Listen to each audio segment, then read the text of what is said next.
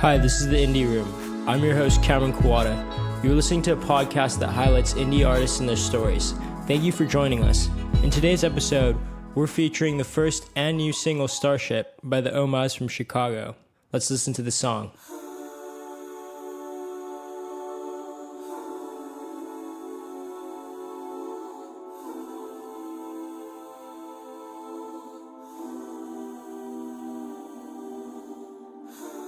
Lessons when we both meet. We just wanna be free. Let it be emotion. Second that emotion. Humming like a tall breeze. We never seem to speak. We just taking time to be yes. Open up and let's be you. Bring me something I can't know. Get my hands are in my soul. Something sweet and natural. You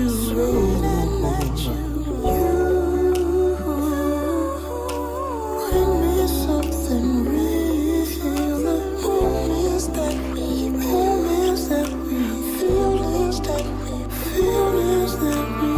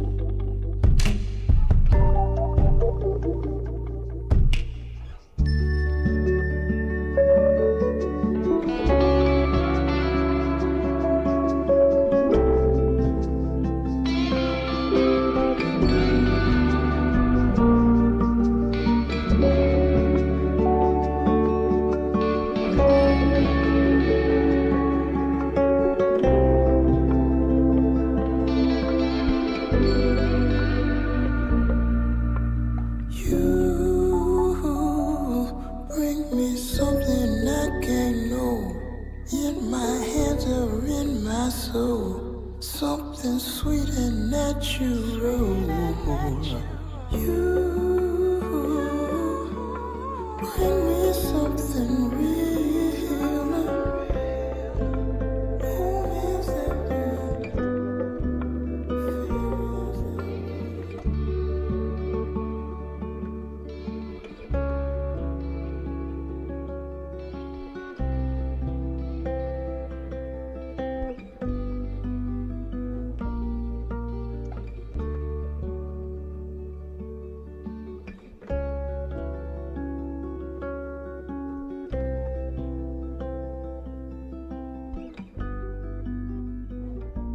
And I am here today with Maseo from the Omas. How are you doing today? Doing great. How's it going? It's doing good here, yeah. Could you give us a little background on how you and Nick met and how you started making music together? I met Nick Hennessy, who's the other member of the group, other writer and producer, probably back in high school through mutual friends, and we always knew each other, made music, but didn't end up making music ever until we graduated. And a buddy was like, hey, man, you make music, let's get in the room. I just ended up talking somebody into buying me some studio time, told him I had a group. There was no group. I ran into Nick at Lollapalooza. I was like, hey, man, I got some studio time.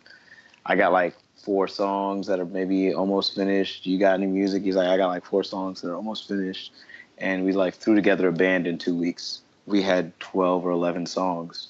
And we're like, well, shit, now that we have all this music, what are we going to do with it? And the name just kind of came up randomly from a friend. And it wasn't really intentional at that point. It was just some kids fresh out of high school. I was fresh out of high school, just making music. Put it together super last minute, and since then just have been making music together. Coming out of high school, were you determined to make music full time, or is it just a hobby that grew into something bigger? Once I started writing my own songs and found that I could sing to a certain degree, I knew pretty early on there's nothing else I'd rather spend my time doing. But it didn't really present itself as a career until I found myself like some years later and be like, well, shit, I guess this is what I do now. You know, it just kind of, it happened. Let's talk about your new song, Starship. It seems like the sound is stylistically different from your previous music. Was this intentional? With a lot of our previously released music, there's a big gap between what's conveyed on record and what's, you know, what you get in a live show, or that sort of feel. And so for this project, a lot is kind of bridging that gap, figuring out how to find ways to bring some of that weight that is carried in live performances into the studio and production. So like in a live show, you might hear something like that, but it's figuring out how to convey it, I guess, has been the biggest challenge. This project has kind of been the longest and most complicated of anything that we've done, mostly because we started by trying to do everything the exact opposite way that we usually build songs. So finding the soul in the song or the heart of the song took a little bit, and there were, you know, a lot of rewrites and re-recordings. But this particular song, Starship, is actually a chord progression that I've had since high school, and it's a song that I've written many different versions to, and each one is not so good until this one that I actually like. Can you tell us what this new single means to you?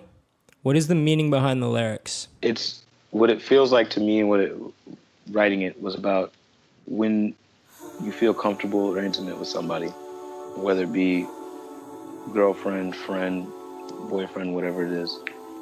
But it's sort of that intangible weight, connection. It's something I can't know. Yet my hands are in my soul. Something sweet and natural. That is like why we're here, and you know why we spend time, like where actual meaning is found. And there's a sort of appreciation of that, of finding the importance in those moments with people that you love.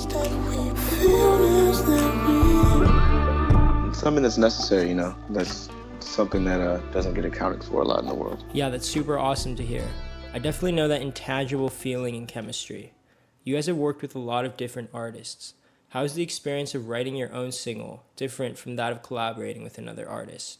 Ideally, I'd like to just build the song, whatever song it is, from the beginning, and have a really solid understanding of the feel and what it's about, and the language involved. But like that doesn't always happen, you know? And so in those cases, if the person is asking for a hook or just a verse or something like that, then I'm really trying to fit into the space that they've already created, as opposed to like, you know, building a whole song together and figuring out where those things are. Is there anything you would like to share with aspiring musicians and songwriters? The most important thing, and the thing that I come back to constantly, is trying to first inciting moment of you know, creating a song or, you know, whatever it is, like that feeling and that energy is like what then the rest of the record is trying to do justice, or the closer you can get to those moments, and is the best you can be, you know, the best place you can be for writing, producing, whatever the case may be. Thank you for joining us, Maceo. That's it for today's episode. See you next time.